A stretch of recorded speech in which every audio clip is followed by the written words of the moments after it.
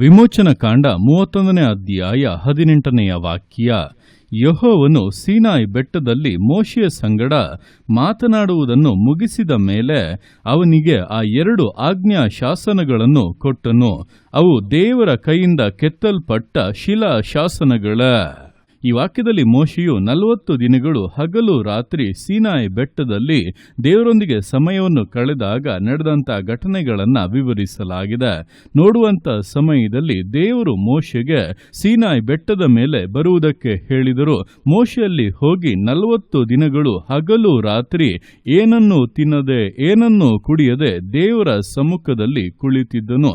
ದೇವರು ಅವನೊಂದಿಗೆ ಅನೇಕ ವಿಷಯಗಳನ್ನು ಮಾತನಾಡಿದರು. ತನ್ನ ಜನರು ಯಾವ ರೀತಿಯಾಗಿ ನಡೆದುಕೊಳ್ಳಬೇಕು, ಯಾವ ವಿಧಿಗಳಿವೆ, ಯಾವ ನಿಯಮಗಳಿವೆ, ಯಾವ ಕ್ರಮವನ್ನು ಅವರು ಅನುಸರಿಸಬೇಕು, ಯಾವ ರೀತಿಯಾಗಿ ಜೀವಿಸಿದರೆ ತನಗೆ ಇಷ್ಟ, ಇದೆಲ್ಲವನ್ನೂ ಕೂಡ ಮೋಶೆಯ ಸಂಗಡ ಮಾತನಾಡಿದ ಮೇಲೆ ಅವನಿಗೆ 2 ಆಜ್ಞಾ ಶಾಸನಗಳನ್ನು, ಅಂದರೆ ಕಲ್ಲಿನ ಮೇಲೆ ಬರೆಯಲ್ಪಟ್ಟಂತ ಆ 10 ಆಜ್ಞೆಗಳನ್ನ ಕೊಟ್ಟರು. ಅಂದ್ರೆ ಇಲ್ಲಿ ಗಮನಿಸುವಾಗ ಮೋಶೆಯು 40 ದಿನಗಳನ್ನ ಸೀನಾಯಿ ಬೆಟ್ಟದ ಮೇಲೆ ಕಳೆದು ಇಳಿದು ಬರುವಾಗ ಅವನ ಕೈಯಲ್ಲಿ ಕೇವಲ 2 ಶಿಲಾ ಶಾಸನಗಳಿದ್ದವು. ಇದು ಮಾತ್ರ ಜನರ ಕಣ್ಣಿಗೆ ಕಂಡದ್ದು. ಆದರೆ ದೇವರಾದರೂ ಮೋಶೆಗೆ ಅನೇಕ ವಿಷಯಗಳನ್ನ ತಿಳಿಸಿದ್ದರು.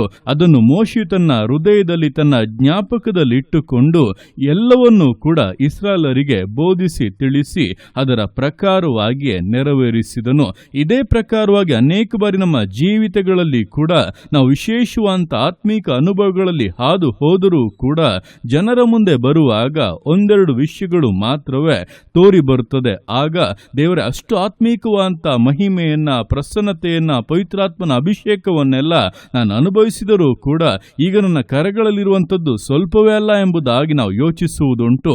ಆದರೆ ನೀವು ಕಾರ್ಯ ಮಾಡುವುದಕ್ಕೆ ಪ್ರಾರಂಭಿಸುತ್ತಾ ದೇವರು ಹೇಳಿದಂಥ ಕಾರ್ಯಗಳನ್ನು ನೆರವೇರಿಸಕ್ಕೆ ನಿಮ್ಮನ್ನು ಒಪ್ಪಿಸಿ ಕೊಡುವಾಗ ದೇವರು ನಿಮಗೆ ಯಾವ ರೀತಿಯಂತ ಜ್ಞಾನವನ್ನ, ಸಾಮರ್ಥ್ಯವನ್ನ ಕೊಟ್ಟಿದ್ದಾರೆ ಎಂಬುದು ಬಹಿರಂಗವಾಗುತ್ತದೆ. ನೋಡುವಾಗ ಮೋಶೆ ನಂತರ ದಿವಸಗಳಲ್ಲಿ ಮಾಡಿದಂಥ ಪ್ರತಿಯೊಂದು ಕಾರ್ಯಗಳು, ಅವನು ಕೊಟ್ಟಂತ ಪ್ರತಿಯೊಂದು ಆಲೋಚನೆಗಳು ಕೂಡ ಇಸ್ರಾಯೇಲ್ಯರನ್ನ ಕಾನಾನ್ ದೇಶಕ್ಕೆ ತಲುಪಿಸುವುದಕ್ಕೆ ಪೂರಕವಾಗಿತ್ತು.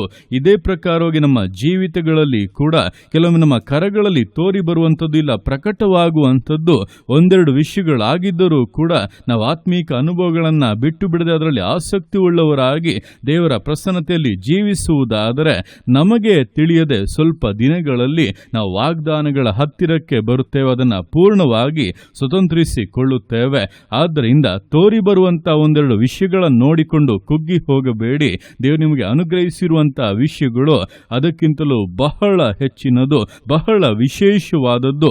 ಆದ್ದರಿಂದ ಜನರು ಇಷ್ಟೇನ ಎಂಬುದಾಗಿ ಹೇಳುವಾಗ ಅಂತ ಮಾತುಗಳಿಂದ ಸೋತು ಹೋಗದೆ ಇನ್ನು ಆತ್ಮೀಕ ವಿಷಯಗಳಲ್ಲಿ ಆಸಕ್ತಿ ಉಳ್ಳವರಾಗಿ ದೇವರ ಕಾರ್ಯಗಳನ್ನು ನೆರವೇರಿಸಲಿಕ್ಕೆ ಸಮರ್ಪಿಸುವುದಾದರೆ ನಿಶ್ಚಯವಾದ ಮೇಲುಗಳನ್ನು, ಆಶೀರ್ವಾದಗಳನ್ನು, ಪರಿಪೂರ್ಣತೆಯನ್ನು ಕಾಣುತ್ತೀರಾ ಎಂಬುದನ್ನು ತಿಳಿದು ದೇವರ ಕರಗಳಲ್ಲಿ ಸಮರ್ಪಿಸಿ ವಿಧೇಯತೆಯಿಂದ, ದೃಢತೆಯಿಂದ, ನಂಬಿಗಸ್ತತೆಯಿಂದ ವಿಶ್ವಾಸ ಜೀವಿತಗಳನ್ನು ಮುನ್ನಡೆಸೋಣ. ದೇವರ ಕರಗಳಲ್ಲಿ ಸಮರ್ಪಿಸಿ ಪ್ರಾರ್ಥಿಸೋಣ. ಯೇಸುವೆ ಸ್ತೋತ್ರ ರಾಜ, ಕೊಟ್ಟಂತ ದಿವಸಕ್ಕೋಸ್ಕರ ಸ್ತೋತ್ರ ಕರ್ತನೆ. ಈ ದಿವಸ ನಿನ್ನ ಕರಗಳಲ್ಲಿ ಸಮರ್ಪಿಸ್ತೇನೆ. ಪ್ರತಿಯೊಂದು ಜೀವಿತಗಳನ್ನು ನೀನು ಆಳ್ವಿಕೆ ಮಾಡು, ಬಲಪಡಿಸು ಕರ್ತನೆ. ಹೌದಪ್ಪ, ದಿವಸಗಳಲ್ಲಿ ಮೋಶೆಯು ಸೀನಾಯಿ ಬೆಟ್ಟದ ಮೇಲೆ 40 ದಿನಗಳು ಹಗಲು ರಾತ್ರಿ ಇದ್ದರೂ ಕೂಡ ಅವನು ಇಳಿದು ಬರುವಾಗ ಅವನ ಕೈಗಳಲ್ಲಿ ಕೇವಲ 2 ಶಿಲಾ ಶಾಸನಗಳಿದ್ದವು.